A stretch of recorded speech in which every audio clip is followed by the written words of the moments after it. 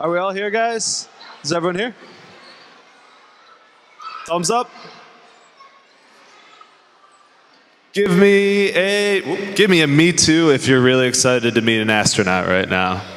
So many me too's in here. Okay, so I have to admit something to you guys. I loved space when I was your age. Give me too if you love space.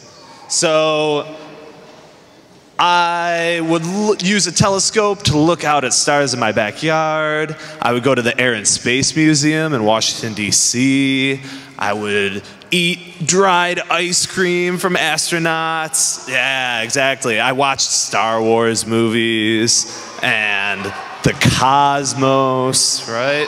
So I even slept. I had those glow-in-the-dark stars on my ceiling that I would look up at every night. And so I'm sure you can imagine how excited I was when I got an email from an astronaut saying he would come and visit us here at Le Mans. So excited. So even though we are all little tiny bits of space dust in this gigantic, enormous universe, we can all make a huge difference in the world that we have. And the man I'm going to introduce you to has made such a huge difference by doing a lot of little things that have led into large things. He helped fix one of the most powerful telescopes in the world that was revolving around our Earth, and he had to go up into space to fix it. So that was not an easy task, but I'm glad that we had someone to do it, so then we could see the world even more clearly. So, without further ado, I want to introduce you guys to Dr. Story Musgrave.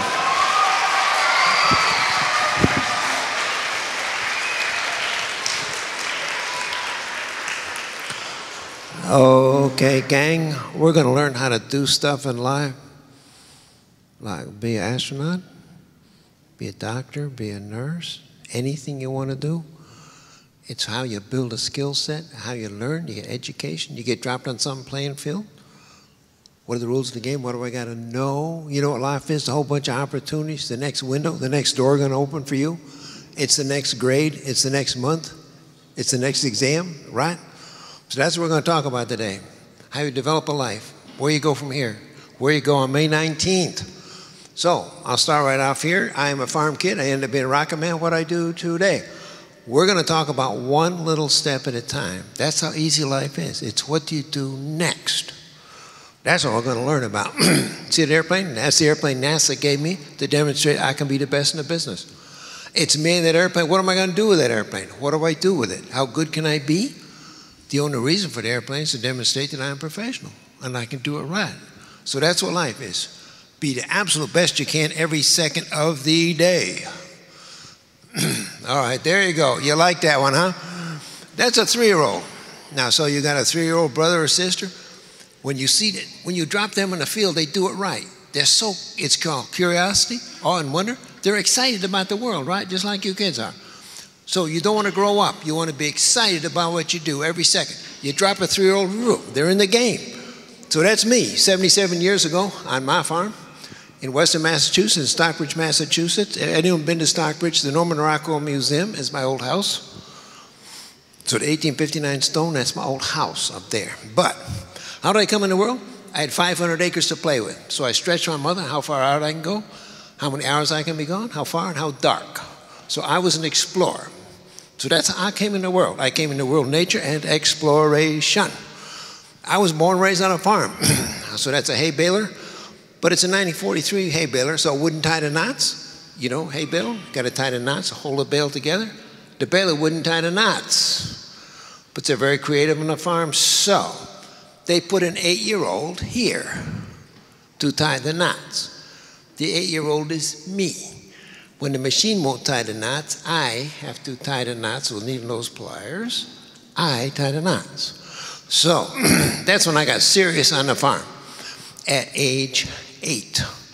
By age 9, I'm driving every tractor and truck in the place. Yes, we got 9-year-olds here. Well, we do, 9 and 10. I'm driving every tractor in the place. And you know, I'm driving this truck down the highway, and the state police stop the truck because they can't see a head. There's no head in the truck, so they stop it. They got to find out who's driving it. And they open the door, and they say, young man, you can't be 16. I says, no, sir, I'm 12. You know what the state police do? Be careful, son, and they leave. Because this is child labor. Without child labor, the farm going under, right? That's the way the child keeps the farm going. Well, despite my efforts, the farm went under anyway. So my farm went bankrupt, and I ended up doing heavy equipment, construction, building the Massachusetts Turnpike. I'm just a greaser and oiler. So 4 in the morning, I put grease and oil everywhere to keep that, keep it greased and keep it running smooth. But being a farm kid, I was very creative with tools. So I got into a little more mechanics, into this kind of stuff. Well, here's the whole lesson I got for you. You see that hand, kids, and that little ratchet wrench? 40 years after that picture, that hand and that ratchet wrench is 400 miles in the air fixing the Hubble telescope. That's the lesson. You say that's not going anywhere. Everything you do in life is going to matter in your future. Whatever it is you do, it's going to matter. So you do it well. That is going to go fix a telescope. That's where that's going. But I never finished school. Now, don't you follow me here. You finish school, okay? You have to finish school or it's going to get rough. And so everything you do in life, you want to take it up to a certain level. So you got to keep going, finish school. But I never finished school because the bus left me off at the barn, picked me up at the barn. I had no homework, I had no books. Okay, that's it. So we finished the turnpike. I don't have a job and I don't have any school. What am I going to do next? I joined the U.S. Marine Corps because Korea is on. Okay, that's the next step, kids. I don't know where to go next. I got no job and I got no education. I joined the Marines. Well, that's a lesson I got for you. You could join the Marines too. It's the next step. It's what you're going to do next, or the Air Force, the Coast Guard. It's the next step. And the next step is going somewhere. So, now I do not celebrate war. We got to get over war. We got to stop doing the wars. It's the big human failure. We can't do this. We have to stop that. But I do celebrate the Marines. It's get the spirit. It's the spirit of getting the job done. It's technology, education. It's teamwork. So that's me in Korea. And that's the engine I looked after. I looked after a big engine in Korea. So it's 3,000 horsepower. It's a big motor, but I went fast. The Marines made me a mechanic. I'm already a mechanic. And so I became a crew chief. I owned my own airplane. So I own this airplane, and I'm the one that goes to head shed and said this airplane's ready to fly. I signed off 120 items. It says it meets spec, and this airplane go to war. Okay, I did that. That is the person with one stripe, Private Musgrave, that is signing airplanes off to go to war and signing off 120 items and meet specification. I'm doing that. Now, so you see where the story, you see where it's going. It's going to fix the telescope. It's going to the astronaut corps. That's where this is going. That's my flight line in Korea. I got to do it right. I move fast because I had the creativity of a farm kid, but I had the discipline of never touched a machine unless it's done exactly by the book.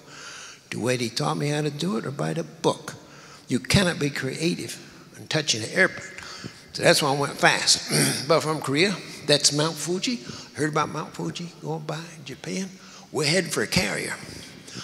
So here we are. That's an aircraft carrier looking at, and that's my motor. The motor got to perform. So we're going to take off.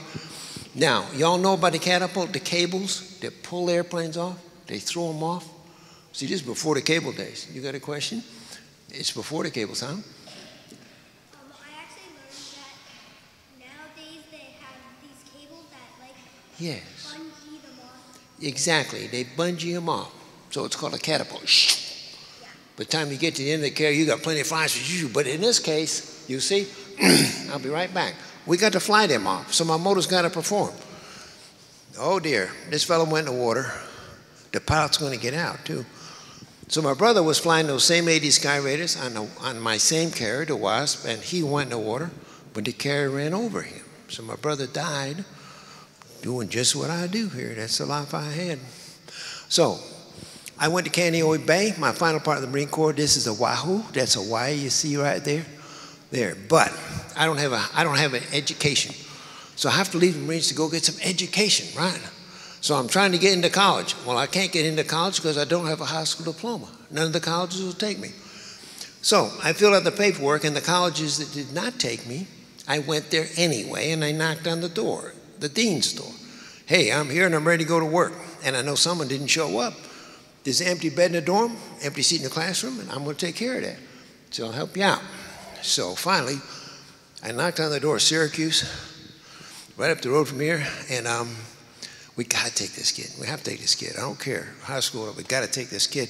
The kid's determined, creative, wants to get to work. So my younger brother, he never finished school either. He went in the Marines, and he came out of the Marines without education. He says, I'm stuck, what do I do? Try Syracuse. They took him to. I got a 28-year-old. 20-year-old did stupid things in May. He bounced out of school. Where do I go next? Try Syracuse. So they took him to. They keep taking the Musgraves because it's a good outcome. So maybe my little daughter. So I have 7 children. My oldest is 55 and my youngest is 8. So I have this is not grandkid, it's 8. So I have an 8-year-old daughter. You're going to meet her. She's your age. You'll meet little story. So I got into Syracuse and I got into this business here. It's control every single variable. It's look at all you got to do in life. You got to get some job done. You look at all the factors. There's a whole bunch of people, a whole bunch of elements. You look after everything you got to look after. So I learned that game there. Now, I joined the Marines, the active reserve of Syracuse. I joined them because I missed the Marine Corps, so I drove tanks with them. So I didn't have airplanes then, but I drove tanks. Driving tanks is fine. And so it doesn't fly, but it's got 810 horsepower V12 engine, so that's okay. And so that's the other thing I drove going to college. Sunshine, fresh air, get some exercise. Remember, I'm a farm kid, I do equipment. But it paid for a lot of graduate school. Now, the other thing I drove going to college is this. Oh. You kids are supposed to like my tank. You're right, I lucked out. I'm making so much money going to college, I got to spend it on something. What's this kid? What is a farm kid going to get? You give me enough money, I'll buy a Corvette. And I lucked out because 1958 was the one that was around. What's all this money stuff? You remember them hay bales? Well, I don't tie the knots on the hay bales, but when I am 50 pounds, I'm throwing hay bales on the wagon. Mean, nasty stuff, throw the hay bales. Where's that going? Not going anywhere. Well, freshman high school, after throwing all the hay bales, they had a wrestling team. I took up wrestling. The rest of the freshmen take up weightlifting to get strong. It's too late. I'm 5 years ahead of them. I was undefeated for 4 years. So I'm undefeated wrestler because I throw hay bales. You get the message? Whatever you did in life is important. It's going to go somewhere. And it says still not important, except when I got to Syracuse as a freshman, I made the varsity wrestling team. I got a scholarship. Syracuse is paying for everything going to college. They pay for the whole thing. You're on board tuition. Well, you remember the Marines from Korea? The GI Bill?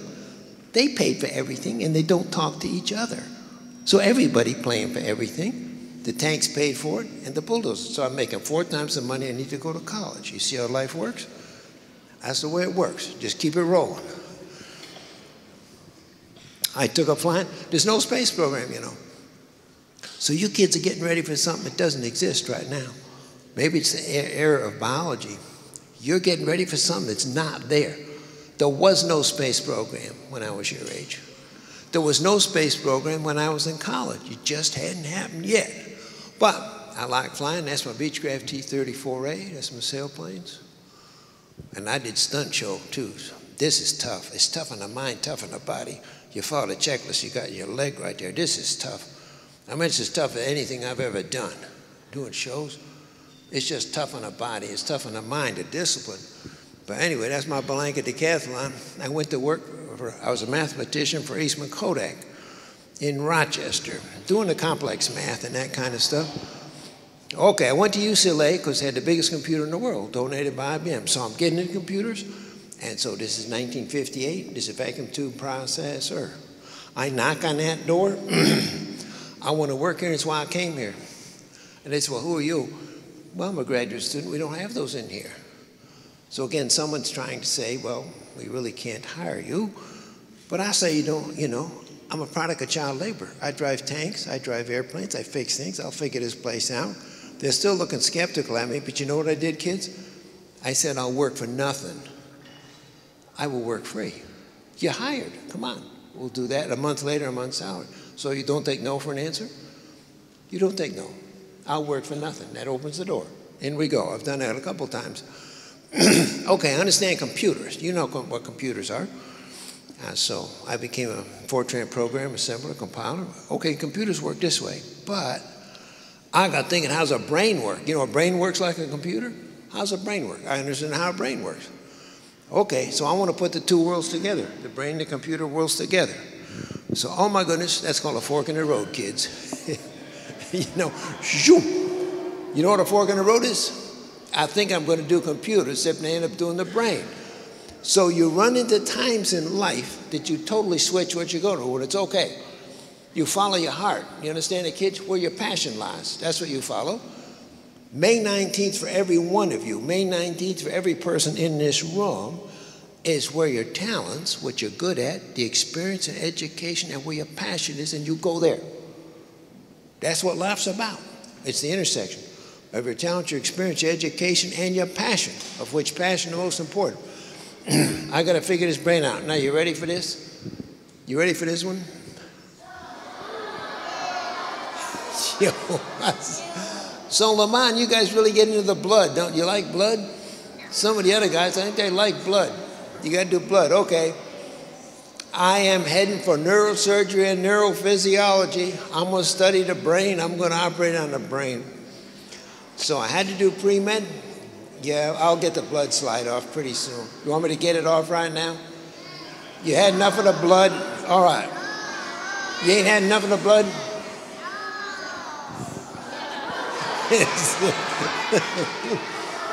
Okay. I got you off of the blood. Now, so I went to Columbia Medical School right up the road here. I'm going to class the first week, and on the door, neurosurgical research lab. I says, that's me. Neurosurgery research, that's me. And knock on the door and go in. I want to work here. Who are you? Freshman medical student. We don't have those in here. Well, you don't understand. I'm not the you. Okay, I'll work for nothing. So in the door, I'll work for nothing. And so the guy I'm talking to was he was dean at Einstein Medical School for 25 years. He's the person that he ended up, that's where he ended up. I'm talking to him. So, but I'm in Columbia Medical School right up the road from here on 168th Street. And I'm studying to be a neurosurgeon that's operating on the brain, and neurophysiology, someone who studies the brain. So that's where I'm going today. But I took up parachuting. Why? Because I like to fall and I like to fly. But what it does, it teaches me discipline. I have to do it right. Kids, you do things right. You do the best you can. Whatever you're doing, you do it right. I have to do this right. It's a simple technology, but I got to do it right. So Story Musgrave being pushed on down the road of doing things the best he can, everything he does. I got no stories to tell you. That all worked out. So there's no blood in this one. So I'm training to be a surgeon at this point. My internship and my residency, I'm training to be a surgeon. So I think that's where I'm heading in life. But oh dear. I read in Science magazine, the space program has happened. And I read in Science magazine, NASA wants to fly scientists in space. And I said, my goodness, they wouldn't do that, but they are going to do that. Everything I have ever done in my life, okay, there it is. So like I said, you're preparing for the unknown. Even when I'm in college, there's no space program and there's no astronauts. It came, and it came late. That's it. Fly scientists, astronauts. So I left my surgical training. It's another fork in the road. You go from surgery to spaceflight. You follow that passion, you follow your heart, and that's what you do. That's called postdoc fellowship. It's called aerospace medicine, aerospace physiology.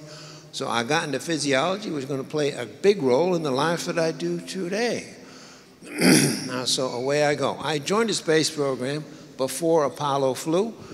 So I didn't understand the Apollo. I understood the moon ship. I practiced on the moon ship. Now, I ended up being a trauma surgeon. My boss in surgery loved the way I did things. He liked my pragmatism, my approach to things, and he said, Story, if you'll give me 3 days a month, I'll turn you into a trauma surgeon. I said, man, what a deal, of course. So as an astronaut, for 3 days a month, I went to him. He turned me into a trauma surgeon. I did that for 26 years. So that was a part-time job I had as an astronaut. It was a much better thing than neurosurgery. It fit the NASA model. Some would get hurt. And I could also bring the discipline of aerospace to that and more easily. NASA sent me to the Air Force. They want me to get military wings, and they want me to get jets. I haven't got any jets. So here's some of the airplanes. These are the airplanes I flew with the Air Force. That's a T-37. It's a wonderful T-38. That's supersonic. That's a gorgeous machine. When I came back to NASA. Here's that same airplane in NASA color. So that's a really nice paint job NASA got, isn't it? So that's a NASA airplane. Now, when I got back to NASA, and that airplane's 55 years old. That's 55 years old. So it's a real triumph of design. Now, when I got back to NASA, half of the airplanes were this kind and half were that kind. So you kids, you want to fly that one or you want to fly this one? Who wants to fly that one? You do. Well, that's what I did. That's the one I flew because it's going to go away. It's going to go away, see? And that's opportunity. I want the airplane to teach me. So life is an opportunity. It's what can I do and what can I learn from the situation. Very shortly, that airplane is going to go away. So I spent all my time in that airplane before it goes away. Because that's a T-33. I want to be a T-33 person. I joined the Air Force. Yes, I'm a Marine, but I want to be an Air Force person too. And today I teach flight safety to the Navy and the Coast Guard. So I'm everybody. I'm Marines, I'm Air Force, I'm Coast Guard, I'm Navy. That's all fine. I'll take them all. It's an educational opportunity. I want the airplane to teach me. And I decided to carry a camera. So are you taking pictures, ma'am? You can get my PowerPoint, storymusgrave@hotmail.com. So if you send, and I'll give you a card. So I'll give you a card. Sorry to pick on you, storymusgrave@hotmail. Send Lamont program, and you will get this whole program. So anyone in this room that wants this program, storymusgrave@hotmail, yes. Okay, storymusgrave@hotmail. Send Lamont program, and you'll get the program, all right? Your teachers help you get it too. So, you know, I just spread it everywhere because it's fun. Plus, even without me, you'll remember the lessons.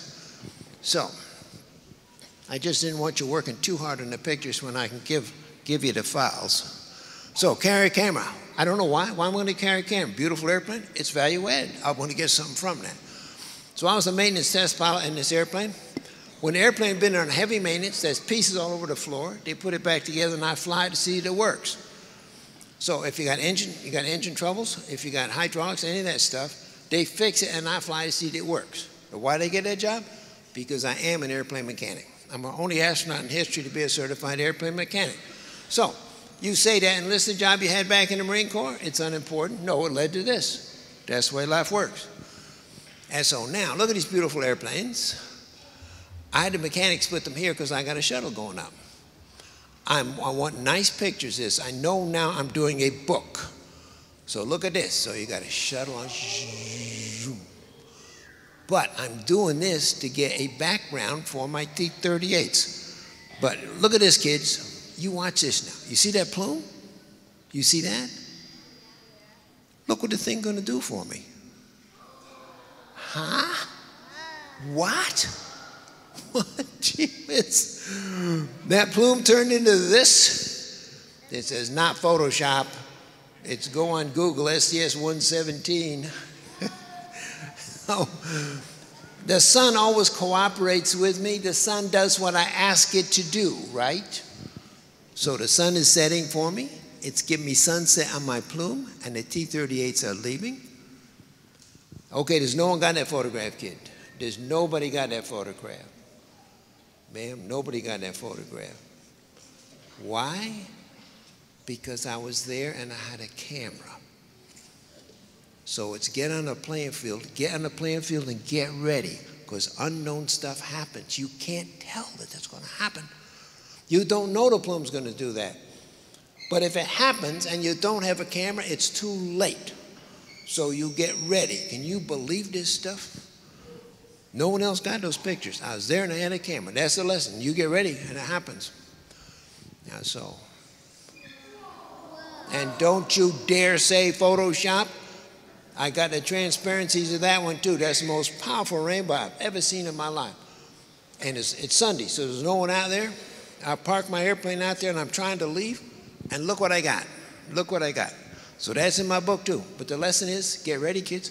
Just get ready. Do the best you can. Get ready on that playing field you're on. And life going to happen, but it's unexpected. So I ended up doing a book, and I left a book here for the school. So this book maybe will be in your library. Okay, back to Apollo. I trained on Apollo, understood what Apollo did, and that's me going in the vacuum chamber. Golly, I don't know how many years ago was that. But that's about 50 years ago. It's about 50, yeah. You guys good at math? I'm 80, yeah, it's 50, 51 years ago. Man, I can't believe our time has flown. So away we go. We got on the moon, this incredible man. He read science fiction, he was a dreamer. He made this happen with the rockets, and I did the Skylab program. I was back up on, that's our first space station. So we launched that in '73. It looks funny because we lost a whole bunch of stuff on launch. The meteoroid shield, we lost the other sonar panel. We had a horrible mess to fix with a spacewalk. But I helped to build Skylab, and I helped to build a shuttle. I started working on a shuttle. You like that picture, shuttle? I started working on that thing in 1969, and I didn't get to fly it till '83. I worked on that thing for 14 years before I flew it. As a project manager, as a designer. Okay, I'm a designer. I'm making stuff happen. So being an astronaut is not just flying. So it's work, it's development stuff, it's designing stuff. Can you find me there? How? How do you find me? How do you find me? Because you don't have any hair in it. Well, she's honest. You don't have any hair. That's right. The Marines took it all off, and I never put it back, and I got to a point where I couldn't put it back if I wanted to. Well, that's the official crew for Challenger's first flight. So that's Challenger's first flight you're looking at. But I didn't think that was a very exciting picture, and we weren't assigned a number early on. We were assigned a letter. So we were crew A, B, C, D, and F. So we were called the F crew. So I thought we could do a much better photograph, so we came up with this one here. So you see the same position, the same stuff. So that was not supposed to get out, but it's the only picture the media wanted. So that's that. Now I did the first shuttle spacewalk on Challenger's first flight. So that's me back there because I helped design the suits. I was a designer. I was a project manager. I did the suit, so I was the first person to test it out. You see, so it's work. Okay, what is that? It is the Hubble Space Telescope. You're right. So in 1975, way back, 75, how many years ago was that? That's how long I've been working on it. I've been working on a Hubble Space Telescope for 40 years. 40 years I've been working on that thing. So they told me in 75, the story, you look after that machine. You identify every failure, everything that can go wrong with it, and you come up with the tools and the procedures to fix it. So in 75, I got nothing. I got no drawings, no hardware, nothing. In my imagination, I come up with a spacewalking ways to fix the telescope. Now I gotta fix it looking like this. You know, how'd you like to work? How'd you like to change a memory board in a computer? How'd you like to change a motherboard looking like this? Well, I did, because it had lost all that. So, you're very bulky. It's not got the same body. You know, I got a wonderful shoulder joint, right? My suit doesn't have one. I got one, but it doesn't have one.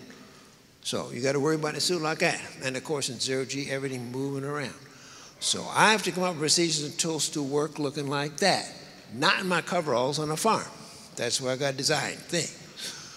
So these are artist concepts. That's a big camera. And of course, I've got to practice on something. So I came up with a balloon telescope. You just blow that balloon up. So that's a Hubble Space Telescope balloon. And you know what this is here? That is a balloon story Musgrave. You'll see. So it's the way I'm developing procedures. I'm trying to get physical. I'm trying to prototype. So you got a 3D printer in the school, right? So that you do 3D printing. It's called prototyping. That's what you do. Or maybe that's in upper school. I need to get physical. What do you suppose going on here? Where is that? It's underwater. So you practice underwater, and you think that's probably like spaceflight, right? Because you can freely move around. And if you push on something, you're the one that's going to move. That's what water's good for. So over many, many years practicing underwater, I developed and matured these procedures. Now that's a real telescope at Kennedy Space Center. And there's the launch. Now I was not the person that launched it, but see, there it is. I was in mission control at this time here. So off she goes. And within months we found out we had the wrong mirror in the telescope. It was a great mirror, but it was the wrong one. So that was a terrible, negligent, egregious kind of error. But I got a mission now to fix 13 broken systems, 13 of them, including the wrong mirror. So I need to design this mission to go up in space and fix it. Whatever you do in life, kids, that is what it's all about. It's about focus and concentration. It's about going underwater, the freedom to move around, 3D lock. But I always ask those divers, if you see a better way for me to work, you show me how you would do it. I was the lead spacewalker for 25 years, but I listen to everyone. I want the best solution I can. Same thing I did now.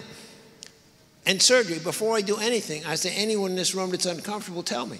So comfort's a great word. Are you comfortable? Is everyone on this team comfortable with what we're going on? And you know, my surgical nurse, she's been in the job for 30 years. She knows more about surgery than I do. Most of the time, the operating room nurse knows more than the surgeon. Just fess up to that and use her. She will help you. She'll help you if you give her a chance. That's what it's all about. So I trained in the National Air and Space Museum. Some of you been in Washington, the National Air and Space Museum? Yeah, a whole bunch of you been there. Now, the Hubble's up there flying. There's only one Hubble on Earth that's guaranteed to have the same measurements, the right measurements. Only this one in the Smithsonian Museum, engineering qualified, guaranteed to have the same measurements. So you know what I did? I brought that instrument I'm going to install in the real Hubble in space, but I brought it to Air and Space Museum to see if it fits, to see if it works. Because this is the only one guaranteed to have the measurements. And at the same time, I taught my body how to do that. Okay, we're arriving. Where do you think we are now? Kennedy Space Center. We're going to go chase down the Hubble and go to work on it. Nice bird's eye view, the 2 launch pads there. Look at this incredible stuff you're looking at right here. Remember, you can get this PowerPoint and get these beautiful things. That's a sunset, you go. This Troy, he went on the journey with me for 30 years. He looked after my helmet, my gloves, my whole suit. He and I went on this total journey for 30 years. Away we go. I like that one because it's only nature. How you like this one? Yeah, that's really gorgeous. And so someone that lives down here took that with digital camera and sent it to me on email. My goodness. Okay, we in space, right? We're out there in space. We go chase that telescope down. Here comes the telescope. 6,000 miles I chased it after that.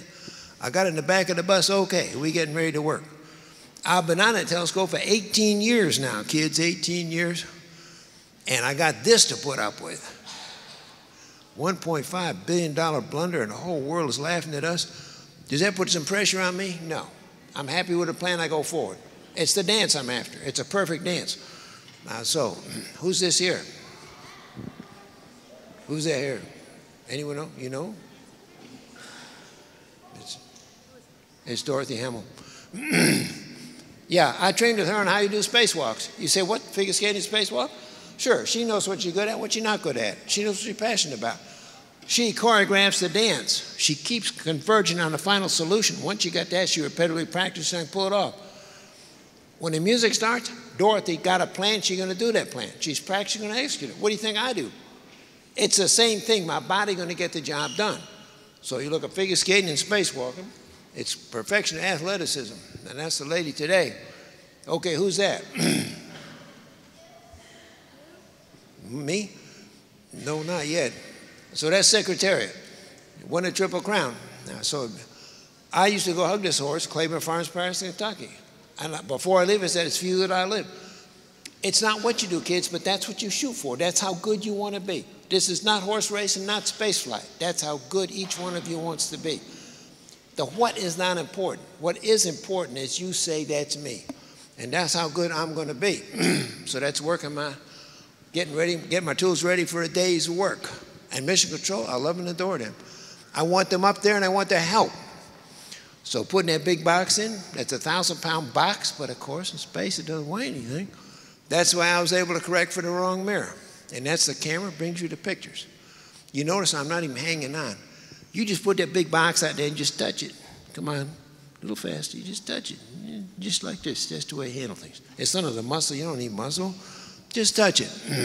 Put on new solar panels. And here's where I did the ratchet wrench. I put on the new panel, but they wouldn't come down. That ratchet wrench, 40 years ago. Okay. And when to close these doors, that latch is down here, this latch up here. So the latches didn't match. I saw the scars on the door. I said, got back in the ground. What's with the doors, guys? They said we couldn't close them on the ground either. I need to know, if there's a problem with the doors, you got to tell me about the doors. But I had to come along and fix that. So there you go. This is 23 years ago. Hubble is totally restored and new. I miss my baby. So I'm talking on the radio to President Clinton. For me, it's a moment of melancholy sadness. Why sadness? Because I didn't come for the victory. I don't come for the victory. It's the journey, folks. It's what's the mountain you're going to climb on May 19th. It's keep going. But I know I'm not getting to my baby after 18 years. So we take a space sunset. We're going to come home. What country is that? Yeah, it is. Exactly. It's Italy. There's the heel, there's the toe, Sicily, Spain. Yeah. That's what the aurora looks like. That's what it looks like. When you're looking out the window, that's what she looks like. It's almost like you're flying through that aurora. Yeah. Now, I got a whole hour and a half program just showing you the beauty of Mother Earth, but we got to keep moving here. Okay, sorry. I'll bring you home.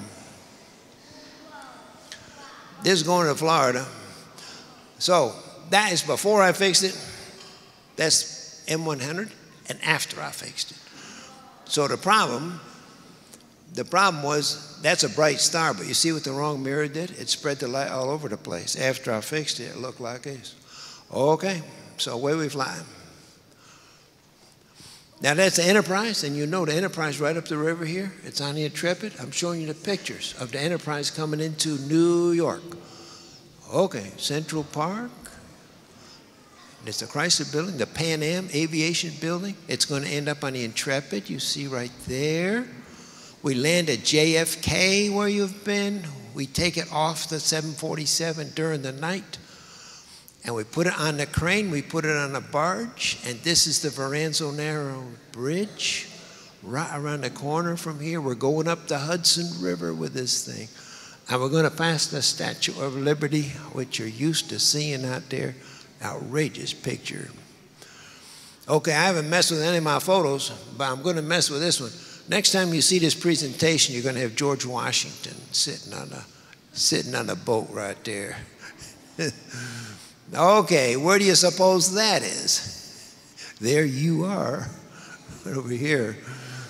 So, passing all kinds of people. Looks funny when you view it from a city street. So she's going up the Hudson. She's going to end up on the Intrepid right there. There you are. And that's looking over from New Jersey. Okay, she's on the Intrepid and you've probably been there. Now, so that's that. Now, I helped to design the Saturn. I helped to design Apollo. I worked on Skylab as a designer. I worked on the shuttle for 14 years before I started flying it. I designed the space suits and I designed the telescope. So what do I do today? I'm a professor at Art Center College of Design. You say astronaut, not designer, except for my 30 years in the astronaut corps, about 10 years was spent flying, about 20 years was spent designing. So I design kind of stuff. Okay, that's Walt Disney. I work for Walt Disney Imagineering. I designed ride systems for Disney. I designed theme parks. Why? Because I'm a designer and I know mechanics. So you see how that world works? I designed Orion, our lunar lander. Okay. We're back to the farm kid again, right? And we're back to the farm kid in the dirt and the tractors and all. Now I'm a landscape architect. I take 5-acre parcels of Florida land and I design a home site. So I designed that home site. I dug that lake. Every single palm tree I grew from seeds. So you see this landscape? I designed and I built that one. You see how life goes now.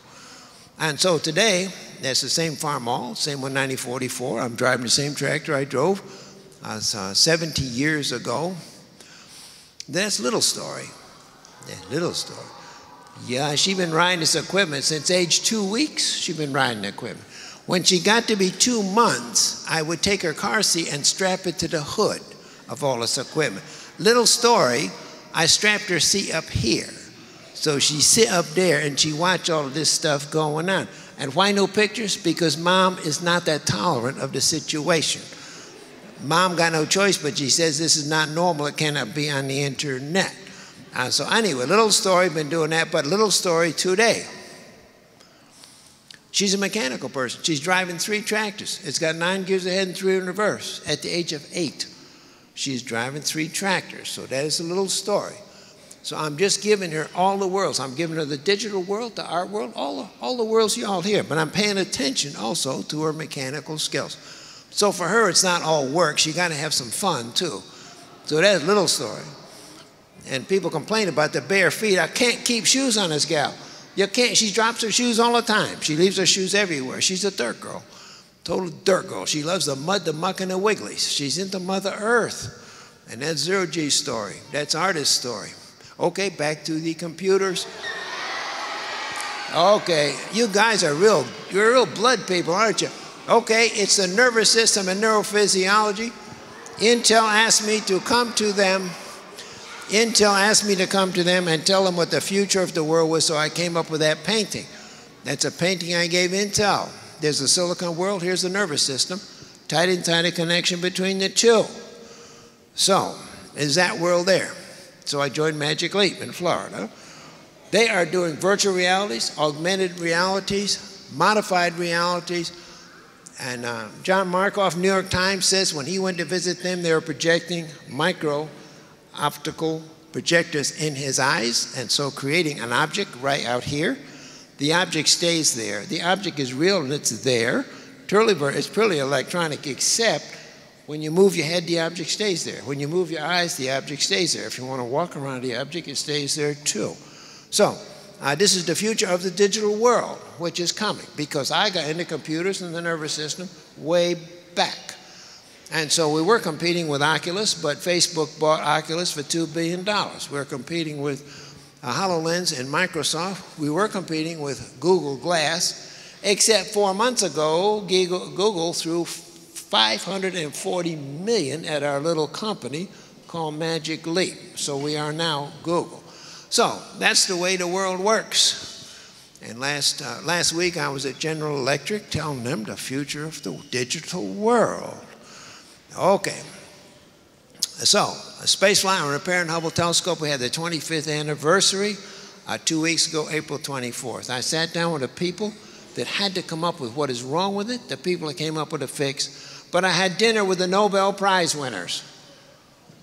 A bunch of Nobel Prize winners that got the Nobel Prize for the work they did with Hubble data. So that's the end of that story there. Okay, story, what do you say? How do you complete? What do you say about a total adventure with Walter Cronkite? 3 things. I'm privileged to have the opportunities that I had in life. The playing fields I got put on. Secondly, I was allowed to finish the job. I could have been stopped. And thirdly, it is not over. It is the quest for being the best you can every second of the day. And who are we? That's a picture of Saturn. We're trying to take a picture of Saturn. You see the white dot? That's you and I. That's Mother Earth. That's Earth. Yes. The Voyager satellites have left the solar system. That is us. That is us from 3.7 billion miles. We're on that journey, kids. That's the big picture. Okay. It is not over. Spaceflight is the quest for the universe. What's our place in it? The meaning of the hope of the we got here. So, you kids, I wish you well on the journey that you are going to undertake. Calm seas, favorable winds. Keep your feet solidly in Mother Earth, your head and heart in the heavens. And remember, you go forward simply because the opportunity is there before you. Thank you so much for inviting me to school.